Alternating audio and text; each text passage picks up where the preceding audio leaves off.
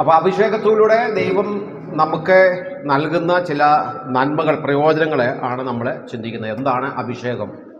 ഒത്തിരി അധികം തെറ്റിദ്ധാരണകളൊക്കെ ഉള്ള ഒരു വിഷയമാണ്.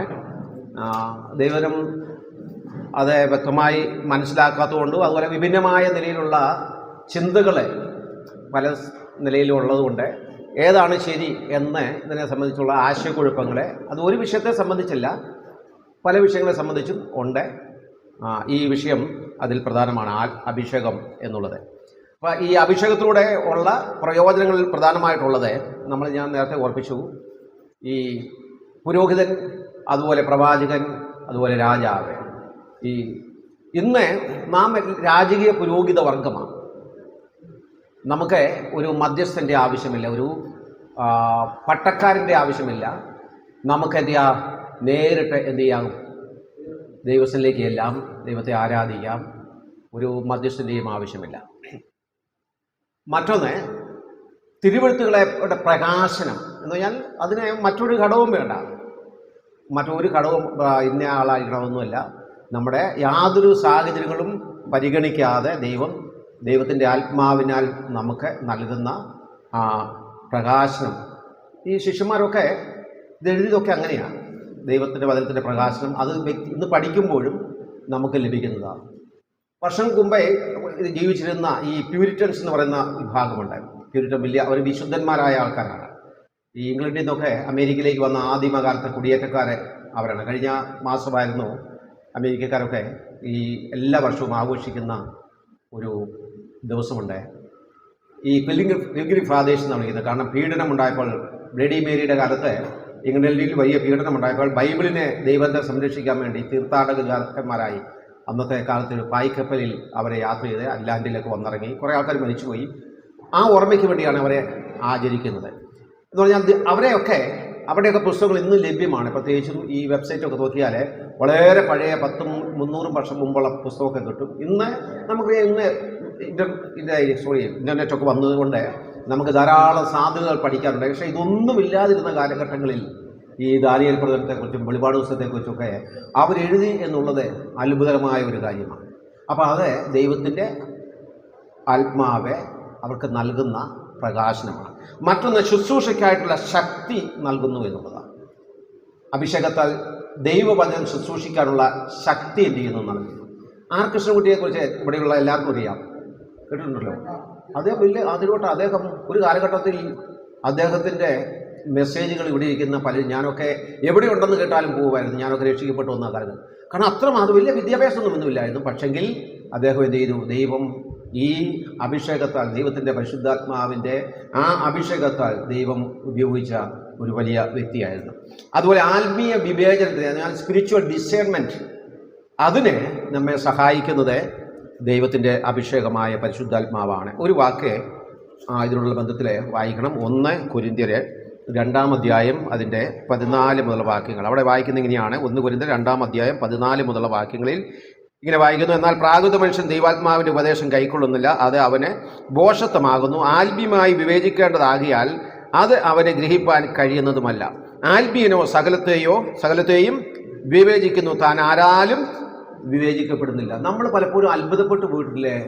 വലിയ IAS, IPS, വലിയ ISR വഴിയൊക്കെ ശാസ്ത്രജ്ഞന്മാർ, ലോകത്തിലെ വലിയ കണ്ടുപിടുത്തങ്ങൾ നടത്തിയിട്ടുള്ള ആൾക്കാർ. അപ്പം ഇതിൻ്റെയൊക്കെ പിന്നിലുള്ള ബുദ്ധിശക്തികളെ നമുക്കറിയാം. ആ ബുദ്ധിമാന്മാർക്ക് പലപ്പോഴും ഈ തിരുവഴുത്തെ എന്തെല്ലോ വിഡ്ഢിത്തരങ്ങൾ അവർ പറയുന്നുണ്ട്. ഡോക്ടർ ബാബു പോളിനെ നിങ്ങൾക്കറിയാം. ബാബു പോളിൻ്റെ അയലോക്കാരൻ ഞാൻ. അദ്ദേഹത്തിൻ്റെ തറവാട്ടിൻ വീടിൻ്റെ അടുത്താണ് ഞാനിപ്പോൾ കുറുപ്പപ്പടി താമസിക്കുന്നത്. ആ ബാബു പോളെ ഒരു കാലഘട്ടത്തിൽ മേൽശാന്തിയുടെ അശാന്തി എന്ന് പറഞ്ഞ മാതൃഭൂമിക്കകത്തെ ഒരു ലേഖനം എഴുതുന്നത് ഞാൻ സൂക്ഷിച്ചു വെച്ചിട്ടുണ്ട്. വർഷങ്ങൾക്ക് മുമ്പേ ഞാൻ കണ്ണൂർ വെച്ച് വായിച്ചതാണ്. ഒരു ശബരിമലയിലെ ഒരു മേൽശാന്തി വന്ന് എന്ത് ചെയ്തു? അവിടെ വാവരുടെ പള്ളിയിൽ നിസ്കരിച്ചു. നിങ്ങൾ ഓർക്കുന്നുണ്ടോ ഈ ചിലരുണ്ട്? അത് വലിയ വിവാദമായി. ശബരിമല വലിയൊരു വിവാദമായ വിഷയം.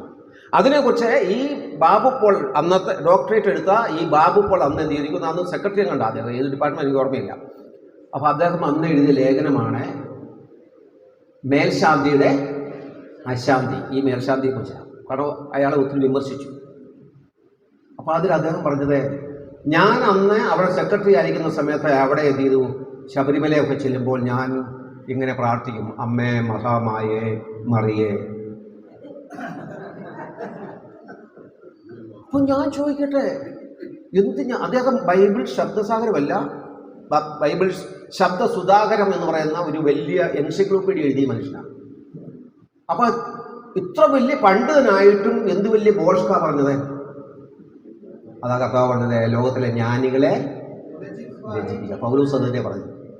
ജ്ഞാനികളും വിവേകികളുമായൊക്കെ മറച്ച് ആർക്ക് വെളിപ്പെടുത്തുന്ന ശിശുക്കൾ. അത് സാധ്യമാകുന്നത് ദൈവത്തിൻ്റെ പരിശുദ്ധാത്മാവിൻ്റെ അഭിഷേകം. ഇതിന് വിദ്യാഭ്യാസം ഒന്നും വേണ്ട, കേംബ്രിഡ്ജിലോ ഓക്സ്ഫോർഡിലോ ഒന്നും പോകണ്ട, ഒരു ഡോക്ടറേറ്റും വേണ്ട. പക്ഷേ നമ്മുടെ ആൾക്കാരൊക്കെ ഇന്ന് ഡോക്ടറേറ്റിൻ്റെ പറയുക, എല്ലാവരും എന്ത് ചെയ്യുക, ഡോ ആവാൻ വേണ്ടി അല്ലേ, എല്ലാ പേരിൻ്റെ പുറകെ എന്ത് ചെയ്യണം. ഒരു ഡോ ഇല്ലെങ്കിൽ എന്തോ ഒരു ഗുമ്മക്കുറവ് പോലെയാണ് ഇന്നത്തെ പാസ്റ്റർമാർക്കും ഉപദേശിമാർക്കൊക്കെ. എല്ലാവർക്കും ഡോ ആവശ്യമാണ്. ഓക്കെ, അഭിഷേകം ആർക്കൊക്കെ ലഭിക്കുന്നു? അഭിഷേകം ആർക്കൊക്കെയാണ് ലഭിക്കുന്നത്?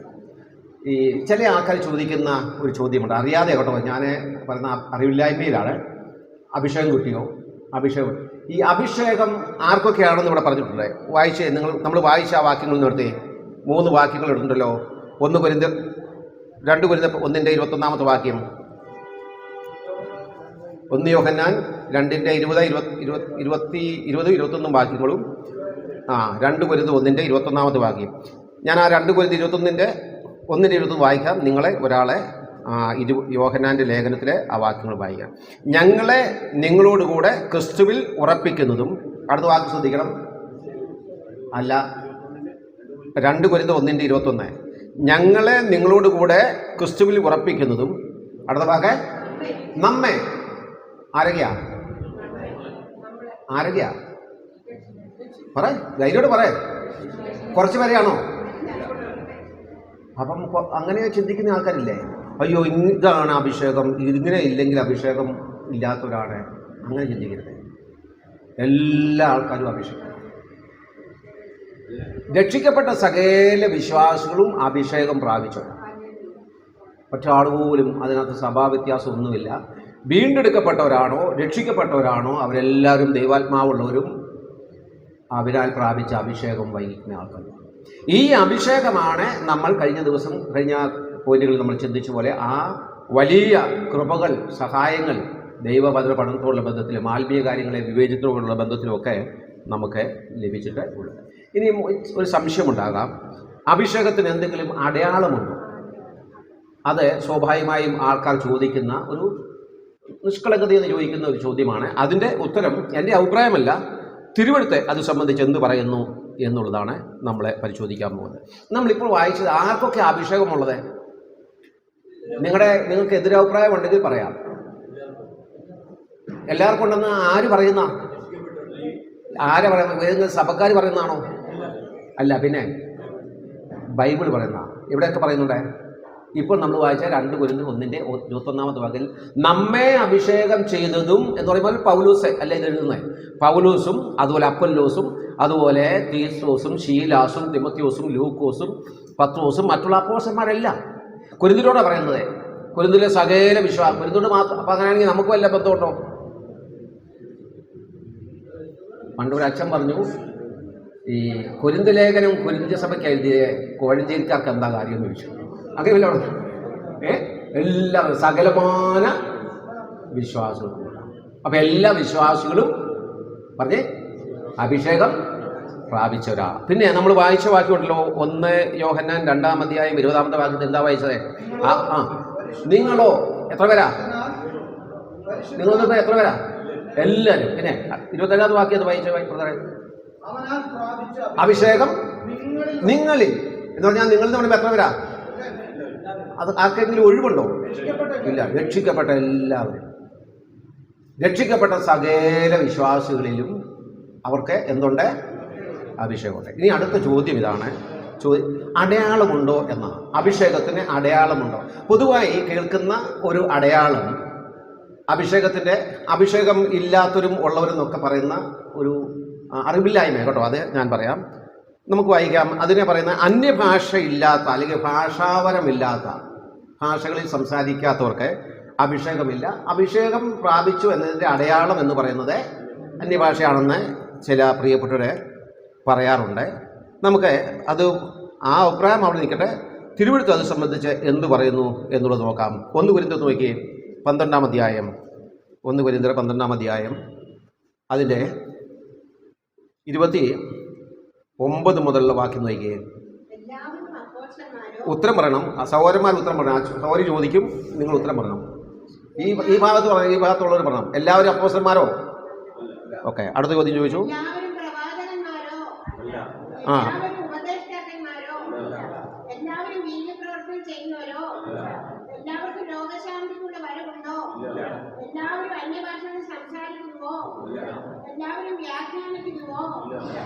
ഏഴ് ചോദ്യത്തിന്റെ ഉത്തരം നോ, ഇല്ല. ശരിയാണോ? 7 ചോദ്യം പൗലോസ് ചോദിക്കുന്നുണ്ട്. 7 ചോദ്യത്തിന്റെ ഉത്തരം എന്താ? ഇല്ല. എല്ലാവരും അപ്പോസ്തലന്മാരോ? ഇന്ന് വാളെടുക്കുന്നവരെല്ലാം അപ്പൊ എല്ലാവരും അപ്പോസ്തലന്മാരല്ല, എല്ലാവരും പ്രവാചകന്മാരല്ല. നമ്മൾ വായിക്കുന്നുണ്ടല്ലോ എഫേസ്യർ 4:11 എന്താ വായിക്കുന്നത്? എഫേസ്യർ 4:11 അവൻ ചിലരെ അപ്പോസ്തലന്മാരും, അവൻ ചിലരെ പ്രവാചകന്മാരും, അവൻ ചിലരെ സുവിശേഷകന്മാരും, അവൻ ചിലരെ ഇടയന്മാരും ഉപദേശകന്മാരും. അവിടെ എല്ലാം ശ്രദ്ധിക്കണം. ചിലരെ, എല്ലാവരും അല്ല. എല്ലാവരും മൂപ്പന്മാരില്ല, എല്ലാവരും സുവിശേഷന്മാരില്ല. അപ്പം ബൈബിൾ പ്രസംഗിക്കുന്ന, ബൈബിൾ എടുത്തുകൊണ്ട് പോയി കഴിഞ്ഞാൽ ഉടനെ വിളിക്കുന്നത് അയ്യോ ഉപദേശിക്കുന്ന വിളിക്കുന്നത് തന്നെ തെറ്റാ. ഈ ബ്രദർക്കുള്ള പ്രശ്നം എന്ന് വെച്ചാൽ എല്ലാവരും കയറി ഉപദേശിക്കുന്നു, തെറ്റാ. ഉപദേശി എന്ന് പറഞ്ഞാൽ ഉപദേശിക്കുന്നവെന്നാണ്, ഉപദേശിക്കുന്ന ടീച്ചർ എന്നാണ്. നമ്മൾ വായിച്ച 4:11 വായിക്കുന്നത് അവൻ ചിലരെ അല്ല. രണ്ടാമത്തെ ഭാഗത്ത് അവസാനം പറയുന്നത് എല്ലാവരും ഇടയന്മാരോ അല്ലേ? ആ വാക്യം വായിക്കാം. 4:11 നോക്കിയാൽ 4:11 എഫേസ്യർ 4:11 4:11 വാക്യം.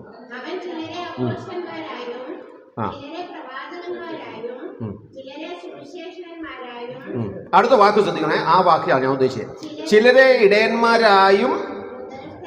അപ്പൊ ഇത് രണ്ടും, ഈ ഇടയനും ചിലരെ ഉപദേശക്കന്മാരെന്നല്ല. പിന്നെ ചിലരെ ഇടയന്മാരായും ചിലരെ ഉപദേശക്കന്മാരെന്നല്ല, ചിലരെ ഇടയന്മാരും സം ടു ബി പാസ്റ്റേഴ്സ് അല്ലെങ്കിൽ ഷെപ്പേഴ്സ് ആൻഡ് ടീച്ചേഴ്സ്. അത് രണ്ടും ഒന്നാണ്. ഷെപ്പേർഡ് കം പാസ്റ്റർ അല്ലെങ്കിൽ ഷെപ്പേർഡ് കം ടീച്ചർ. അതായത് ഇടയൻ ഉപദേഷ്ടാവാണ്. അവൻ ചിലരെ ഇടയന്മാരായും ചിലരെ ഉപദേഷ്ടക്കന്മാരാന്നല്ല, അവൻ ചിലരെ ഇടയനും. അപ്പൊ ഈ ഉപദേഷ്ടാവ് എന്ന് പറഞ്ഞാൽ teacher, some to be teachers പറയാം. അതായത് പഠിപ്പിക്കാനുള്ള. ഇപ്പൊ ചില ആൾക്കാർക്ക് സുവിശേഷകൻ എന്ന നിലയിൽ സുവിശേഷം അറിയിക്കാനുള്ള വരമുള്ളവരുണ്ട്. ഫിലിപ്പോസ് അങ്ങനെ ഒരു വ്യക്തിയാണ്. ചില ആൾക്കാർക്ക്, നമുക്കൊക്കെ സുവിശേഷം പറയാനറിയാം, നമ്മളെല്ലാം സുവിശേഷം അറിയിക്കണം, പക്ഷെ നമ്മൾ സുവിശേഷന്മാരല്ല. പറഞ്ഞ മതി. പക്ഷെ എല്ലാ സുവിശേഷന്മാരും ആരല്ല? ടീച്ചേഴ്സ് അല്ല. ഇപ്പൊ ദൈവവചനം പഠിപ്പിക്കാൻ വളരെ കൃപയുള്ള ചില സഹോദരന്മാരുണ്ട്, ഈ ഉപദേശിമാർ അല്ലെങ്കിൽ സുവിശേഷന്മാർ. അവരെ ഉപദേശിമാരാണ്. അല്ലാതെ എല്ലാ സുവിശേഷന്റെയും രീതിയിൽ സുവിശേഷം എന്ന് പറയാം, ഉപദേശിനെ വിളിക്കരുത്. സത്യത്തിൽ ഉപദേശി ആരാന്ന് വെച്ചാൽ മൂപ്പന്മാരാണ് ഉപദേശി. സഭയിലെ മൂപ്പന്മാരാണ് ഉപദേശി. ഇതൊക്കെ കേൾക്കുമ്പോൾ ആകെ പ്രശ്നമാകും. കാരണം ഒരു ഇടയൻ എന്ത് ചെയ്യണം? ഉപദേശിപ്പാൻ സമർത്ഥനായിരിക്കണം. 1 തിമോഥെയോസ് 3-ാം അധ്യായത്തിൽ അവിടെ മൂപ്പന്മാരുടെ വായിക്കട്ട യോഗ്യതയെക്കുറിച്ച് പറയുന്നുണ്ട്. അധ്യക്ഷൻ്റെ യോഗ്യത പറയുന്നത് ഉപദേശിപ്പാൻ സമർത്ഥനുമാകണം. 3-ാം അധ്യായം 1-ാമത്തെ വാക്യം. നിങ്ങൾ അധ്യക്ഷ സ്ഥലം കാണിക്കുക. ഓക്കെ. അപ്പോൾ ഞാൻ പറഞ്ഞു വന്നത്, ഇവിടെ ചോദിക്കുന്ന ചോദ്യം ഇതാണ്: എല്ലാവരും ഉപദേഷ്ടക്കന്മാരോ? എല്ലാവരും അന്യഭാഷകൾ സംസാരിക്കുന്നോ? അതിൻ്റെ എല്ലാം ഉത്തരം എന്താ? അല്ല. അപ്പൊ എല്ലാവരും ഒരു കാരണവശാലും എല്ലാവർക്കും അന്യഭാഷ ഇല്ല. എല്ലാവരും പ്രവാചകന്മാരല്ല. ചിലർക്ക് ദൈവം, നമ്മൾ ഇന്നലെ ചിന്തിച്ചു 1 കൊരിന്ത്യർ 12:11 ഇതെല്ലാം, അതായത് ഈ കൃപാവരങ്ങളൊക്കെ എല്ലാം പറയുന്ന മുമ്പ് പറയുന്നുണ്ട്, ഇതെല്ലാം പ്രവർത്തിക്കുന്നത് ഓരോരുത്തരെ അതത് വരം പകുത്തു കൊടുക്കുന്ന ഒരേ ആത്മാവ് തന്നെ. എന്നിട്ട് അവിടെ ഒരു വാക്ക് നേരത്തെ പറഞ്ഞു, താൻ ഇച്ഛിക്കും പോലെ. ഞാൻ ആഗ്രഹിക്കുന്ന പോലെയല്ല, നിങ്ങൾ ആഗ്രഹിക്കുന്ന പോലെയല്ല. ദൈവത്തിൻ്റെ പരിശുദ്ധാത്മാവ് നിങ്ങളെ കുറിച്ച് ഒരു കാഴ്ചപ്പാട് അല്ലെങ്കിൽ ഒരു പദ്ധതി ഉണ്ട്, പ്ലാനുണ്ട്. ഏത് മേഖലയിലാണ് ബാബുവിനെ ഉപയോഗിക്കേണ്ടത്, ഏബ്രഹാമിനെ ഏത് മേഖലയിൽ ഉപയോഗിക്കണം, ശ്രീകുമാർ അല്ലേ, ശ്രീകുമാറിനെ ഏത് കൃപാവരം നൽകണം, ഇത് ദൈവത്തിൻ്റെ പരിശുദ്ധാത്മാവാണ് തീരുമാനിക്കുന്നത്. നമ്മൾ തീരുമാനിക്കുന്ന അനുസരിച്ചല്ല. നമ്മൾ ചോദിച്ചാൽ കിട്ടുകയില്ല. താ താ താ എന്ന് പറഞ്ഞിട്ടൊന്നും ഒരു കാര്യമില്ല. ദൈവത്തിൻ്റെ പരിശുദ്ധാത്മാവാണ് എനിക്ക് ഏത് കൃപാവരമാണ് നൽകേണ്ടത് എന്ന് തീരുമാനിക്കുന്നത്. ഇത് ദൈവത്തിൻ്റെ പരമാധികാരത്തിലുള്ള കാര്യമാണ്. അപ്പോൾ ദൈവത്തിൻ്റെ പരിശുദ്ധാത്മാവ് ഒരാളെ എ സുവിശേഷനായിട്ട്, ബി എ ഇടയനായിട്ട്, പിന്നെ സിക്ക് അന്യഭാഷാപരമുള്ള വ്യക്തി, അല്ലെങ്കിൽ ഒരാൾക്ക് വീര്യപ്രവർത്തികൾക്കുള്ള വരം, മറ്റൊരാൾക്ക് പ്രവചനവരം, ഒരാൾക്ക് വ്യാഖ്യാനവരം, ഒരാൾക്ക് രോഗശാന്തികൾ. ഈ വരമെല്ലാം എല്ലാവർക്കും കിട്ടില്ല, എല്ലാവരും എല്ലാവർക്കും ഇല്ല. ഒരൊറ്റ ആൾ പോലും ക്രിസ്തീയ സഭയിൽ, പുതിയ നിയമസഭയിൽ എല്ലാവരുമുള്ള ഒറ്റ ആൾ പോലുമില്ല. എന്നാൽ ഒരു വരം പോലും ഇല്ലാത്ത ഒരാളും ഇല്ല. കുറഞ്ഞ പക്ഷം ഒരു വരമെങ്കിലും ഒരാൾക്കുണ്ടായിരിക്കും. ചില വ്യക്തികൾക്ക് ഒന്നിലധികം വരങ്ങൾ നൽകാം, പക്ഷെ എല്ലാ വരവും എല്ലാവർക്കുമില്ല. കാരണം അത് തന്നെയാണ് 1-12 അധ്യായത്തിൽ പൗലോസ് പറയുന്നത്. ശരീരത്തെക്കുറിച്ച് പറയുമ്പോൾ കണ്ണ്, ശരീരം മുഴുവൻ കണ്ണല്ല, ശരീരം മുഴുവനും ചെവിയല്ല. അപ്പോൾ പക്ഷെ ഈ അവയവങ്ങളെല്ലാം കൂടെ ചേരുമ്പോഴാണ് ശരീരമാകുന്നത്. ഈ അവയവങ്ങളെല്ലാം ഒരുമിച്ച് ചേർന്ന് ഐക്യതയിൽ പ്രവർത്തിക്കുമ്പോഴാണ് ഈ ശരീരത്തിന് വളർച്ച ഉണ്ടാകുന്നത്. ഇത് തന്നെയാണ് സഭ. അപ്പൊ ഈ വരം, ഇത് വരം പകുത്തു കൊടുക്കുകയാണ് ചെയ്യുന്നത്. അപ്പൊ അതിന് ഒരു വരം മാത്രമാണ് ഏത്, അന്യഭാഷ വരം. ആ വരം ആർക്കില്ല, എല്ലാവർക്കും ഇല്ല, ഒരു വരവും ഇല്ല. ഇവിടെ പറയുന്ന പൗലോസ് ചോദിക്കുന്ന 7 ചോദ്യം, എല്ലാവരും അപ്പോസ്തലന്മാരോ അല്ല, എല്ലാവരും ഉപദേഷ്ടാക്കന്മാരോ അല്ല, എല്ലാവരും വീര്യപ്രവൃത്തികൾക്കുള്ള വരമുണ്ടോ ഇല്ല, എല്ലാവരും അന്യഭാഷകൾ സംസാരിക്കുന്നു. അപ്പൊ ദൈവത്തിൻ്റെ ആത്മാവ് പറയുക എല്ലാവർക്കും പരിശുദ്ധാത്മാവ് അന്യഭാഷയിൽ സംസാരിക്കാനുള്ള വരം നൽകിയിട്ടില്ല എന്ന് പറയുമ്പോൾ നമ്മൾ പറയുക അഭിഷേകം ആണ്, അന്യഭാഷയാണ് അഭിഷേകത്തിൻ്റെ അടയാളം. അങ്ങനെ പറയുമ്പോൾ നമ്മൾ ദൈവവചനത്തിന് വിരുദ്ധമായിട്ടുള്ള കാര്യം പറയുന്നത്. കാരണം നമ്മൾ ചിന്തിച്ചതല്ല, തിരുവെടുത്ത് പറഞ്ഞെന്താ, അവനാൽ പ്രാപിച്ച അഭിഷേകം നിങ്ങളിൽ, നിങ്ങളോ പരിശുദ്ധനാൽ, നിങ്ങളോ. അപ്പൊ എല്ലാ വിശ്വാസികളും അഭിഷേകമുള്ളവരാണ്. പക്ഷെ എല്ലാ വിശ്വാസികൾക്കും അല്ല. നമ്മൾ ഇവിടെ ഈ വിഷയത്തോട് മാത്രമല്ല, അന്യഭാഷയുടെ ബന്ധത്തിൽ അന്യഭാഷ അഭിഷേകത്തിൻ്റെ അടയാളമാണെന്ന് പറഞ്ഞാൽ അത് തെറ്റാണ്. കാരണം എല്ലാ വിശ്വാസികൾക്കും സഭാവ്യത്യാസം ഒന്നുമില്ല. രക്ഷിക്കപ്പെട്ട സകല വിശ്വാസികൾക്കും, അത് പെന്തക്കോസ്തായിരുന്നാലും, അത് ബ്രദറുകാരായിരുന്നാലും, അത് ബാപ്റ്റിസ്റ്റ് ആയിരുന്നാലും, അത് മർത്തോമക്കാരായിരുന്നാലും, ഏത് സഭാവിഭാഗമായിരുന്നാലും വീണ്ടെടുക്കപ്പെട്ട വ്യക്തിയാണോ ആ വ്യക്തികൾക്ക് അഭിഷേകമുണ്ട്. അതെവിടെയാണ് പറയുന്നത്? നമ്മുടെ സഭയുടെ ക്രീഡി പറയല്ല, നമ്മുടെ സഭയുടെ ഉപദേശത്തിലൊന്നും പറയുന്നതല്ല. സ്റ്റേറ്റ്മെന്റ് ഓഫ് ഫെയ്ത്ത് ഒന്നും പറഞ്ഞ് നമ്മുടെ സഭ എഴുതി വെച്ചതല്ല. ഇവിടെ ആ സ്റ്റേറ്റ്മെന്റ് ഓഫ് ഫെയ്ത്ത് ബൈബിളിലുള്ളതാണ്. ഇവിടെ പൗലോസ് പറയുകയാണ്, നിങ്ങളോ ഒന്ന് വായിക്കേണ്ട വാക്യം നമ്മളെ അവൻ ഞങ്ങളെ നിങ്ങളോടുകൂടെ ക്രിസ്തുവിൽ ഉറപ്പിക്കുന്നതും നമ്മെ അഭിഷേകം ചെയ്തതും ദൈവമല്ലോ. അപ്പം നമ്മെ, അത് തന്നെ യോഹന്നാൻ പറഞ്ഞു, നമ്മെ എല്ലാവരും, എല്ലാ വിശ്വാസികളും പുതിയ നിയമ വിശ്വാസികൾ എല്ലാവരും അഭിഷേകം പ്രാപിച്ചവരാണ്, അഭിഷേകമുള്ളവരാണ്. പക്ഷെ പുതിയ നിയമവിശ്വാസികൾ എല്ലാവരും അന്യഭാഷയെക്കുറിച്ച് പറഞ്ഞേ, അന്യഭാഷ ബന്ധപ്പെടുത്തി. പുതിയ നിയമവിശ്വാസികളൊക്കെ എല്ലാവർക്കും അന്യഭാഷാപരമില്ല, ഒരു വരവും ഇല്ല. എല്ലാ വിശ്വാസികൾക്കും എന്തില്ല? ഒരു സഭയിൽ ഇപ്പോൾ 50 വിശ്വാസികളുള്ളൊരു സഭയാണെങ്കിൽ ആ സഭയിലെ 50 വിശ്വാസികൾക്കും എന്തില്ല? അന്യഭാഷാപരമില്ല. ആ സഭയിലുള്ള 50 വിശ്വാസികൾക്കും രോഗശാന്തിക്കുള്ള വരമില്ല. എല്ലാ 50 പേരും ഉപദേശകന്മാരല്ല, 50 പേരും ഇടയന്മാരല്ല, 50 പേര് സുവിശേഷന്മാരല്ല, 50 പേര് അപ്പോസ്തലന്മാരല്ല. ഇതിലൊക്കെ വ്യത്യാസം ഉണ്ടാകട്ടെ. ഞാൻ അത് കൃപാവരങ്ങളെക്കുറിച്ച് പറയുമ്പോൾ പഠിപ്പിക്കാം. ഞാനിത് മനസ്സിലാക്കാൻ പറയില്ല എന്ന് പറഞ്ഞാൽ, അങ്ങനെയെങ്കിൽ അഭിഷേകത്തിൻ്റെ അടയാളം എന്തല്ല? മനസ്സിലായോ? അഭിഷേകവും അന്യഭാഷയും തമ്മിൽ എന്തില്ല? ഒരു ബന്ധവുമില്ല. അല്ലേ പിന്നെ പറയണം എല്ലാവരും അന്യഭാഷ സംസാരിക്കുന്നു എങ്കിൽ ശരിയാണ്. എല്ലാവർക്കും അഭിഷേകമുണ്ട്, പക്ഷെ എല്ലാവർക്കും എന്തില്ല? അന്യഭാഷയില്ല. ഇനി അടുത്ത അഭിഷേകത്തോടുള്ള ബന്ധത്തിൽ അഭിഷേകത്തിന് അടയാളമില്ല. ഓർമ്മ വെച്ചാൽ മതി കേട്ടോ, ഒന്ന് ചോദിച്ചു. ഓക്കെ. 2, അന്യഭാഷ എന്ന് പറയുന്നത് ഒരിക്കലും എന്തില്ല? അഭിഷേകം അല്ല.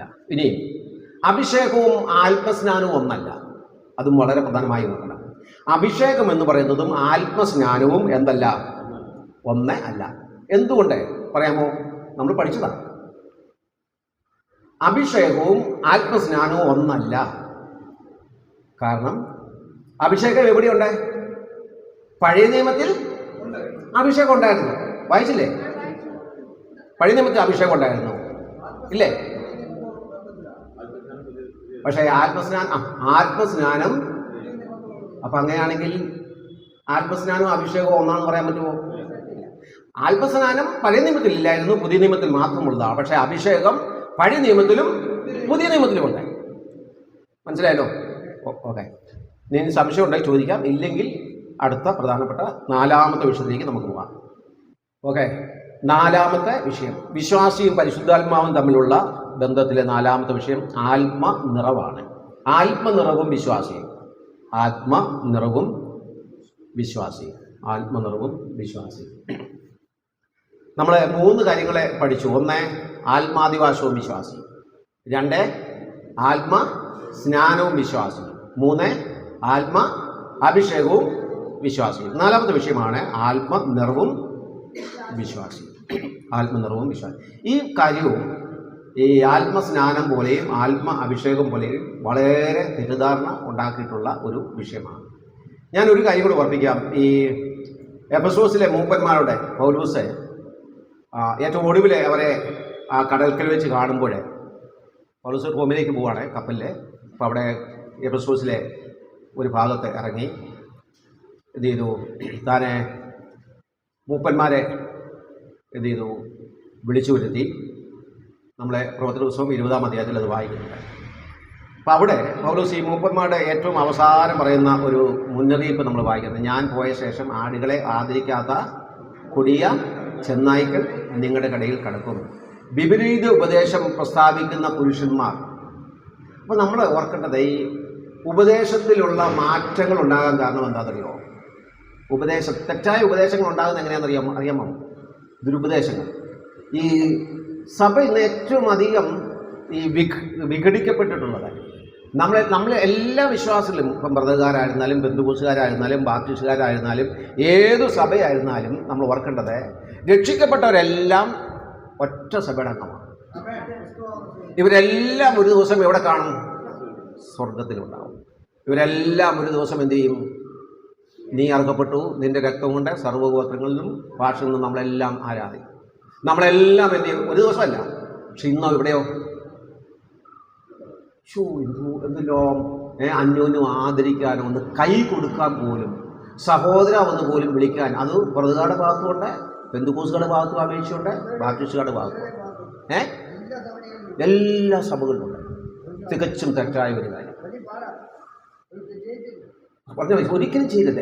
നാം ദൈവമക്കളാണ്. നാം ഒറ്റ ആത്മാവേ ഉള്ളൂ. അവരിലുള്ള ആത്മാവും എന്നിലുള്ള ആത്മാവും ഒന്നാണ്. പക്ഷെ ഇതിൻ്റെ എല്ലാം കാരണം നമ്മെ അകറ്റുന്ന ഒരു ശക്തി. ആ ശക്തിയെക്കുറിച്ചാണ് പൗലോസ് പറഞ്ഞത് കൊടിയ ചെന്നായ്ക്കൾ, ദുരുപദേശകന്മാർ. സഭയ്ക്ക് ആദ്യം നേരിട്ട ഏറ്റവും വലിയ പ്രതിസന്ധി സഭയെ താർക്കാൻ. കർത്താവ് പറഞ്ഞല്ലോ, ഞാൻ എൻ്റെ സഭയെ പണിയും. അടുത്ത വാക്കെന്താ പറഞ്ഞത്? പാതാള ഗോപുരങ്ങൾ. ആ പാതാള ഗോപുരങ്ങളെ ആദ്യത്തെ 4 നൂറ്റാണ്ടുകളിൽ ആ പാതാള ഗോപുരം പീഡനമായിരുന്നു. ക്രൈസ്തവ പീഡനമായിരുന്നു. റോമൻ നേതൃത്വത്തിൽ നിന്നോ അല്ലെങ്കിൽ റോമൻ ഗവൺമെൻറ്റിൽ നിന്നും യഹൂദന്മാരുടെ പീഡനം. ആ പീഡനങ്ങളെ സഭ അതിജീവിച്ചു. അത് കഴിഞ്ഞപ്പോഴെന്ത് ചെയ്തു? സഭയിലേക്ക് വന്ന സഭയ്ക്കെതിരെ സാത്താൻ ഉപയോഗിച്ച ഏറ്റവും വലിയ ആയുധം ഏതാണെന്നറിയോ? ദുരുപദേശം. ഇന്നത്തെ ഈ കോവിഡിൻ്റെ കാലഘട്ടത്തിലൊക്കെ എത്ര ഉപദേശങ്ങൾ, എത്ര വിഭാഗങ്ങളുണ്ടായി. അതിലൊന്നാണ് ഞാൻ ഇന്നലെ പറഞ്ഞു, ഈ ഗേറ്റ് ചർച്ച് എന്ന് പറയുന്നത്. അവർ പറയുന്നത് ഈ ലോകത്തുള്ള ക്രൈസ്തവ സഭകളിൽ അദ്ദേഹം പറയുന്നത് 45,000 സഭകൾ, കള്ളത്തരം പറയുന്ന 45,000 സഭകളുണ്ട്. ആ സഭകൾ മുഴുവൻ നരകത്തിലേക്ക് പോകുന്നില്ല എന്ന് ഞാൻ ബ്രദറുകാരും പെന്തക്കോസ്ത് IPC AG ചർച്ചക്കോടും ന്യൂ ഇന്ത്യയും ഓൾഡ് ഇന്ത്യയും എല്ലാ ആൾക്കാരും എല്ലാ സഭക്കാരും അവിടെ പോകുന്നില്ല.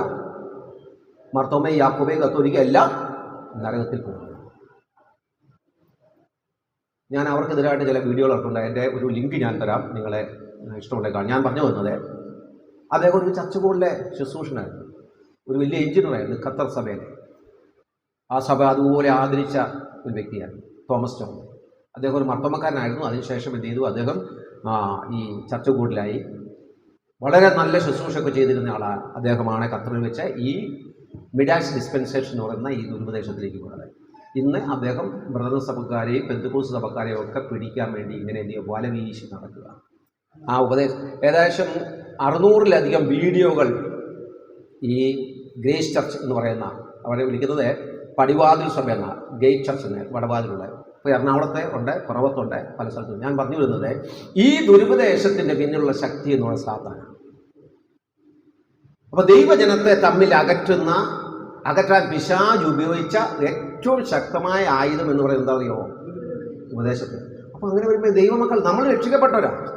ഏത് സഭയാകട്ടെ, ബ്രദറുകാരും പെന്തക്കോസ്തുകാരും ബാപ്റ്റിസ്റ്റുകാരും അവരെല്ലാം അവർ ദൈവമക്കളാണ്, ഒരു പിതാവിൻ്റെ മക്കളാണ്, ഒരു ശരീരത്തിൻ്റെ അംഗങ്ങളാണ്, അവയവങ്ങളാണ് ദൈവസഭയാകുന്ന. പക്ഷെ നമ്മെ അകറ്റുന്നത് ഈ തെറ്റായ ഉപദേശങ്ങളാണ്. അപ്പോൾ അതുകൊണ്ട് ഈ കാര്യം സ്നേഹത്തിൽ എന്ത് ചെയ്യണം? പൗലോസ് പറയുന്നല്ലോ, സ്നേഹത്തിൽ എന്ത് ചെയ്യണം? സത്യം സമയം നമ്മൾ പറയുമ്പോഴേ കടിച്ചു കീറി കൊല്ലല്ലേ. സ്നേഹത്തിൽ കാര്യങ്ങൾ എന്ത് ചെയ്യണം? ബോധ്യപ്പെടുക. അതിലൊരു പ്രധാനപ്പെട്ട വിഷയം ആത്മനിറവാണ്. അപ്പോൾ പലരും തെറ്റിദ്ധരിക്കുന്നത് ഈ ആത്മനിറവ് എന്ന് പറഞ്ഞാൽ എന്താ? നമ്മൾ പറയില്ല, ചില ആൾ പറഞ്ഞു എന്തൊരു നിറവായിരുന്നു എന്നാ ആത്മനിറവ്. ആത്മനിറവെന്ന് പറഞ്ഞാൽ പല ആൾക്കാരും ബാഹ്യമായിട്ടുള്ള പ്രകടനമാണ്. ഇപ്പം മേശക്കിട്ടൊക്കെ അടിച്ച് ബഹളം വെച്ച് അലറി. ഇവിടെ നമ്മളെ ഗ്രേസൻ അറിയാമല്ലോ, ഇവിടെ ചാത്തിനുള്ള റേസൻ തീ അയക്കുക. അദ്ദേഹം പറയുന്നത് വലിയ തീ അയക്കാൻ പോവാ. ഈ മാസം അദ്ദേഹം തുടങ്ങുക, ഈ 24. അപ്പം അങ്ങനെയൊക്കെയുള്ള ഫയർ എന്ന് പറയുമ്പോഴത്തേക്ക് എന്ത് ചെയ്യാം? കണ്ടിട്ടില്ലേ? ഫയർ എന്ന് പറയുമ്പോഴത്തേക്ക് പെണ്ണുങ്ങളും ആണുങ്ങളും എല്ലാം പുറകോട്ട് മലർച്ചങ്ങ് വീഴുക. കണ്ടിട്ടുണ്ടോ? ചാത്തിന് പോയാൽ വീഴാം. അപ്പൊ ഇതൊക്കെയാണ് എന്ത്? ആത്മനിറവ്. എന്നാൽ വളരെ സാധുവായ, ഇപ്പം പെന്തക്കോസ്ത് IPCയിൽ ഒരു പാസ്റ്ററുണ്ട്, PA തോമസ്. അദ്ദേഹം ഉണ്ടെന്ന് എനിക്ക് തോന്നുന്നു. വളരെ ഈർക്കിലി പോലെ ഇരിക്കുന്ന ഒരു പാസ്റ്ററാണ്, ഈർക്കിലിയാണ്. പക്ഷെ അദ്ദേഹത്തിൻ്റെ എത്ര ശക്തമായ മെസ്സേജ്. പക്ഷെ ആ മെസ്സേജിൽ എന്തില്ല? ഈ ബഹളമില്ല. പക്ഷേ ദൈവത്തിൻ്റെ ആത്മാവിൻ്റെ വലിയ പരിവർത്തനം ആ പാസ്റ്ററുടെ പുസ്തകത്തിൽ ഞാൻ മനസ്സിലാക്കി.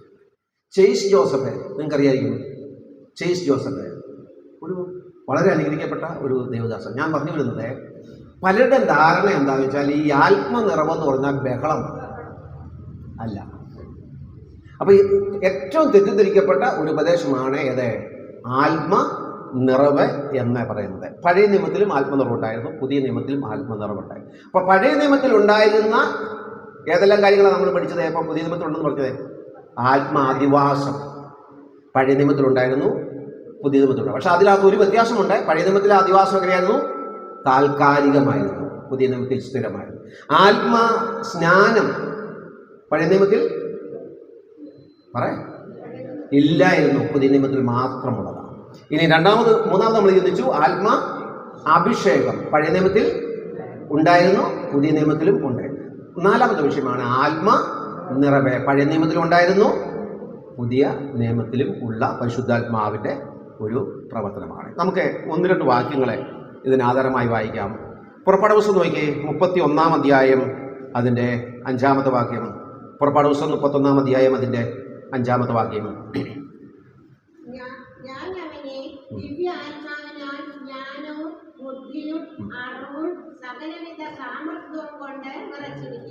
ഇവിടെ ബെസലേലിനെ കുറിച്ചാണ് നമ്മൾ വായിക്കുന്നത്. അപ്പം അവിടെ ബെസലേൽ ആത്മനിറവുള്ള വ്യക്തിയായി.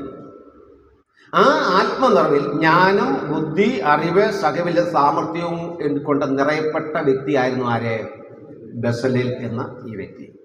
ഇനി പഴയ നിയമത്തിൽ ആത്മാവിൽ നിറഞ്ഞ പല വ്യക്തികളെ കുറിച്ച് നമ്മൾ വായിക്കുന്നുണ്ട്.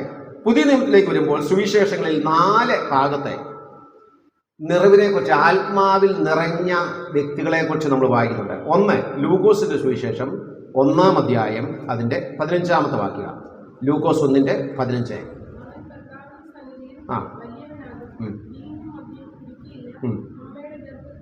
അമ്മയുടെ ഗർഭത്തിൽ വെച്ച് തന്നെ പരിശുദ്ധാത്മാവുണ്ട്. ഇത് ഇന്ന് ആരും കാണാത്ത ഒരു ആർക്കും ഉണ്ടാകാത്ത ഒരു നിറവ. അമ്മയുടെ ഉദരത്തിൽ കിടക്കുമ്പോൾ, ഒരു പിള്ളയായി കിടക്കുമ്പോൾ തന്നെ അവിടെ വെച്ച് എന്ത് ചെയ്തു? നമ്മൾ കാണുന്ന ആത്മനിറവൊക്കെ എവിടെയാ? വെളിയാ. പക്ഷെ ഇത് അമ്മയുടെ ഉദരത്തിലായിരിക്കുമ്പോൾ, ശിശു ആയിരിക്കുമ്പോൾ തന്നെ ഒരാൾ എന്ത് ചെയ്തു? പരിശുദ്ധാത്മാവിൽ നിറഞ്ഞു. ആരാ? യോഹന്നാൻ സ്നാപകൻ. മറ്റൊരാളെ കുറിച്ച് നോക്കിയേ. ലൂക്കോസ് വിശേഷം തന്നെ 1:41. അവിടെ തന്നെ 1:41.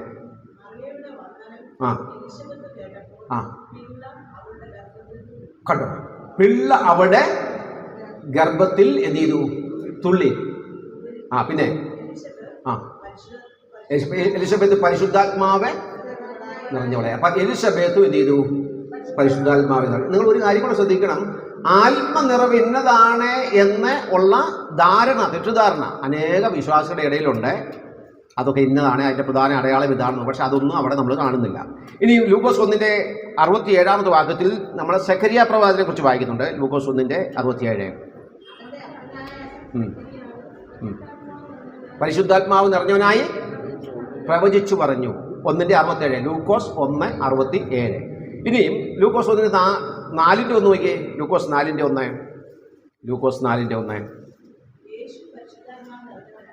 യേശു പരിശുദ്ധാത്മാവ് നിറഞ്ഞവനായി യോർദാൻ വിട്ടു മടങ്ങി. ഞാൻ ചോദിച്ചൊരു ചോദ്യം, ആ ചോദ്യം, ഇത്രയും കാര്യങ്ങളെല്ലാം സഭയ്ക്ക് മുമ്പ്, അതായത് പുതിയ നിയമസഭ രൂപപ്പെടുന്ന മുമ്പ് ആത്മാവിൽ നിറഞ്ഞ അനുഭവം. ആദ്യം നമ്മൾ വായിച്ച പഴയ നിയമത്തിലെ സംഭവം. പിന്നീട് നമ്മൾ വായിച്ചത് പുതിയ നിയമത്തിലാണെങ്കിലും സഭ രൂപീകരിക്കുന്ന മുമ്പേ, പരിശുദ്ധാത്മാവ് വരുന്നതിന് മുൻപേ.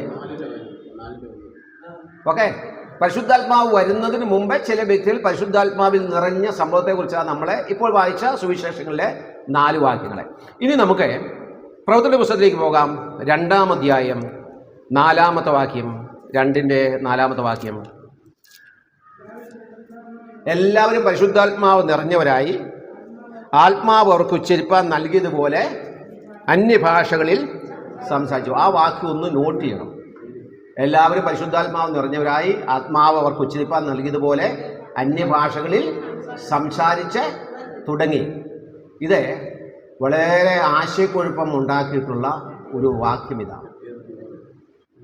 2:4 വാക്യം. പ്രവൃത്തിയുടെ പുസ്തകം 2:4 വാക്യം. ആ വാക്യം അവിടെ നിൽക്കട്ടെ. നമ്മളെ അത് അവിടെ വെച്ചിരിക്കുക, അണ്ടർലൈനൊക്കെ ചെയ്ത് അവിടെ വെച്ചിരിക്കുക. പിന്നെ നമ്മൾ പരിശോധിക്കും. 4-ാം അധ്യായം നോക്കിയാൽ അതിന് തന്നെ 8-ാം വാക്യം. 4:8 വാക്യം നോക്കിയേ.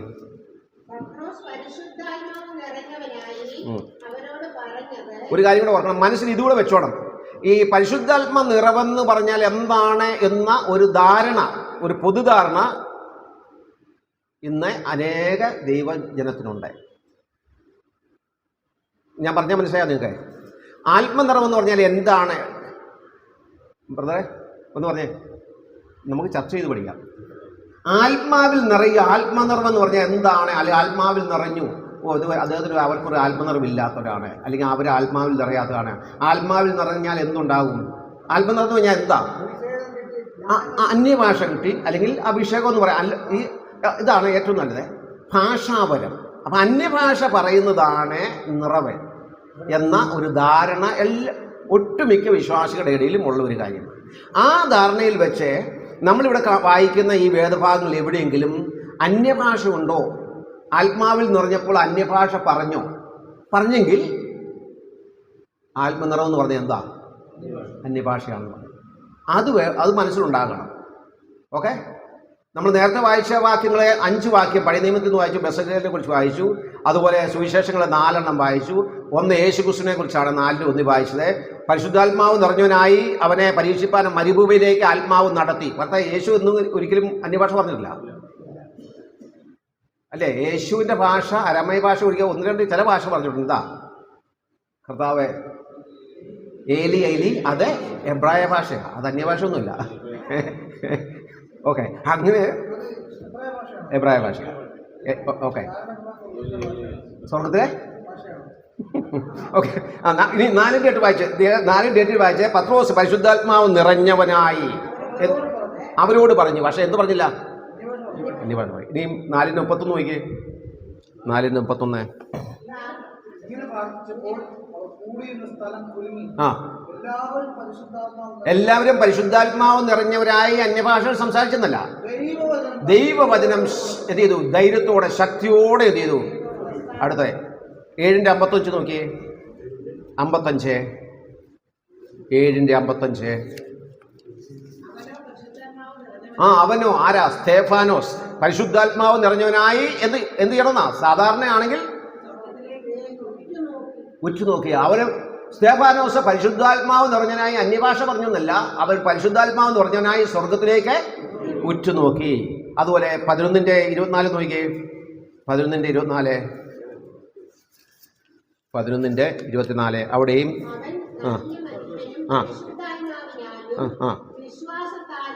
നിറഞ്ഞവനായിരുന്നു. ആരാ? സ്തേഫാനോസ് തന്നെയാ. പരിശുദ്ധാത്മാവിൽ നിറഞ്ഞവനായിരുന്നു. അതൊരു 9:17 നോക്കിയേ. 9:17 പൗലോസിനെ കുറിച്ച് അവിടെ പറയുന്നുണ്ട്. 9:17 പ്രവർത്തന ദിവസം. ഇതെല്ലാം പ്രവർത്തിക്കുന്ന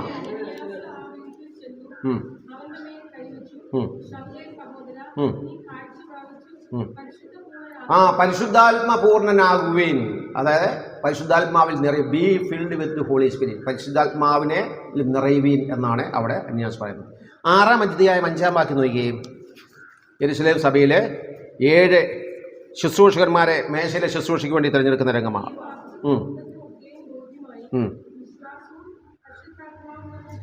വിശ്വാസവും പരിശുദ്ധാത്മാവെ നിറഞ്ഞവരുമായവരാണ് 7 പേര്. പരിശുദ്ധാത്മാവ് നിറഞ്ഞവരായിരുന്നു. ഇനിയും 13:9 നോക്കി. 13:9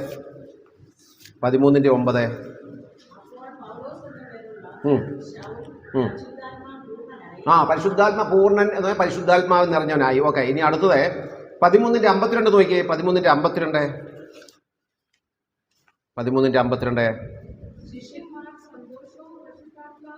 പരിശുദ്ധാത്മാവും നിറഞ്ഞവരായി തീർന്നു. ചോദ്യം, എവിടെയെങ്കിലും, കാരണം ഈ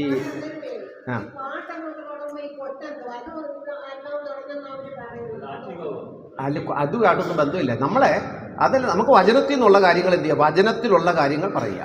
വചനത്തിൽ നിന്ന് എന്ത് ചെയ്യുക? കാരണം അത് തിരുത്തി കൊടുക്കണം. അതിന് പക്ഷെ വചനം നമ്മൾ പഠിക്കണം. ഏതാ? ഉണ്ട്. ഇപ്പോൾ അത് വായിക്കാം. ഞാൻ അണ്ടർലൈൻ പറഞ്ഞില്ലേ? ഓക്കെ, ഇനിയും എടുത്തേ. ഇനിയും എഫേസ്യലേനും എടുത്തേ. 5-ാം അധ്യായം 18-ാമത്തെ വാക്യം. എഫേസ്യർ 5:18. എഫേസ്യർ 5:18.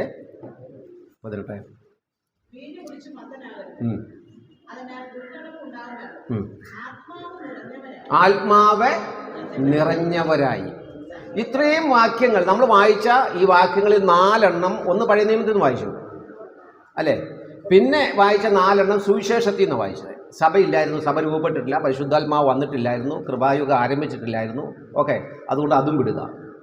കൃപായുഗവും ആരംഭിച്ചു, പരിശുദ്ധാത്മാവ് വന്നു, സഭ ആരംഭിച്ചു, കൃപാവരങ്ങളെ സഭയ്ക്ക് നൽകി. കർത്താവ് ഉയർത്തുന്നതിന് ശേഷമാണ് നമുക്ക് കൃപാവരങ്ങൾ ലഭിച്ചത്. അതായത് എഫേസ്യർ 4:11 നമ്മൾ വായിച്ചത്. ഓക്കെ, ഈ കൃപാവരങ്ങൾ നൽകിയ ശേഷം പരിശുദ്ധാത്മാവിൻ്റെ പ്രവർത്തനം സഭയിൽ എങ്ങനെയായിരുന്നു എന്നാണ് നമ്മൾ പ്രവർത്തന ദിവസത്തിൽ വായിച്ചത്. ആ വാക്യങ്ങളിൽ 2-ാം അധ്യായത്തിൻ്റെ 4-ാമത്തെ വാക്യത്തിൽ ഒഴികെ മറ്റെങ്ങും നമ്മൾ എന്ത് കണ്ടില്ല? അന്യഭാഷ കണ്ടില്ല. ബ്രദർ പറഞ്ഞ പോലെ പാസ്റ്ററാണോ? അല്ല, ബ്രദറാണ്. ഓക്കെ, ബ്രദർ പറഞ്ഞ പോലെ അവിടെ മാത്രം 4-ാം വാക്യത്തിൽ അന്യഭാഷ നമ്മൾ കാണുന്നുണ്ട്. അത് വിശദീകരിക്കാം.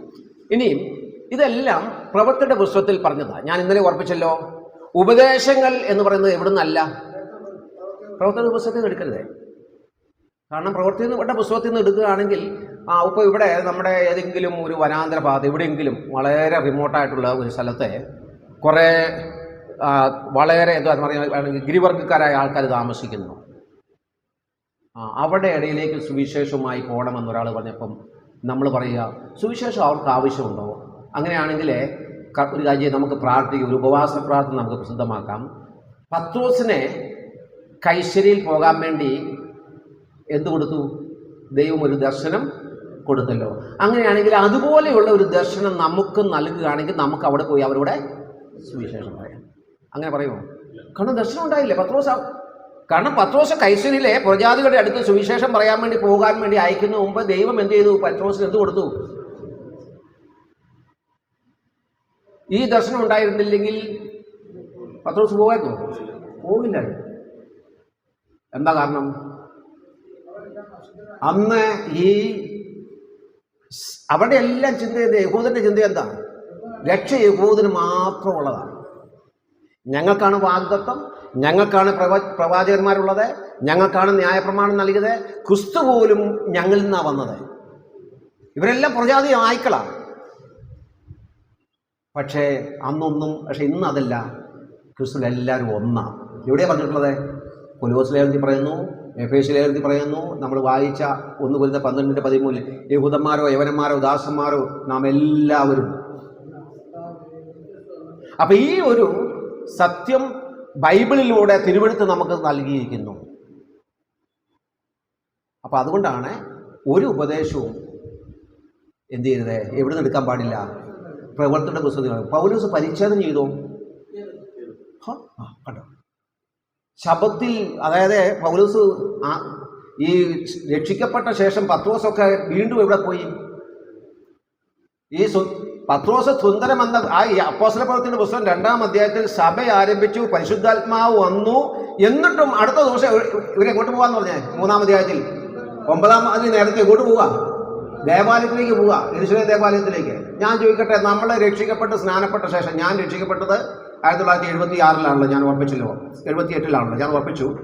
രക്ഷിക്കപ്പെട്ട ശേഷം നമ്മളെ അപ്പം ഹിന്ദു മാർഗത്തിൽ നിന്ന് വിശ്വാസം വിടുന്ന ആൾ പറഞ്ഞു, രക്ഷിക്കപ്പെട്ട ആളുണ്ട്. യഥാർത്ഥമായി വീണ്ടും ജനിച്ച് രക്ഷിക്കപ്പെട്ട വ്യക്തി രക്ഷിക്കപ്പെട്ടു, സ്നാനപ്പെട്ടു, അങ്ങനെ വ്യക്തമായൊരു ബോധ്യത്തിലേക്ക് വന്ന ഒരാൾ പിന്നെ അമ്പലത്തിൽ പോകും. പോൾജി നായരെ കുറിച്ച് ഇവിടെ ഇരിക്കുന്ന ചില സഹോദരന്മാർക്കൊക്കെ അറിയാം. അദ്ദേഹം ഇപ്പോഴേ അമേരിക്കയിലെ ഒക്കലോഹമില്ല. ഞങ്ങളൊക്കെ രക്ഷിക്കപ്പെടുന്ന സമയത്തെ വാഗത്താനത്തൊക്കെ അന്ന് അദ്ദേഹം പ്രവർത്തനത്തിൽ വന്ന് ഞാൻ ഓർക്കുന്നുണ്ട്. അദ്ദേഹം ശബരിമലയിൽ അപ്പൻ്റെ കൂടെ, മാവലികക്കാരനാണ്, നായർ കുടുംബത്തിലുള്ള ഒരു വ്യക്തിയാണ്, നല്ല വിദ്യാഭ്യാസം ഉണ്ടായിരുന്ന ഒരു യുവാവാണ്. ഈ പോൾജി നായർ എന്ത് ചെയ്തു? അപ്പൻ്റെ, അന്ന് പോളൊന്നുമില്ലായിരുന്നു, രക്ഷിക്കപ്പെട്ട ശേഷമാണ് അദ്ദേഹത്തിന് പേര് പോൾജി നായർ നായർ. അപ്പോൾ ഈ മുരളീധരൻ നായർ, അപ്പോൾ ഈ മുരളീധരൻ നായരുടെ അപ്പൻ്റെ കൂടെ ശബരിമലയിൽ പോയതാണ്. 18-ാം പടി കയറുന്ന സമയം അദ്ദേഹത്തിൻ്റെ വാടക വീട്ടിൽ ഏതോ ഒരു കൂട്ടായ്മക്കാരെ ആരാധനയോഗമൊക്കെ നടത്തുന്നത്.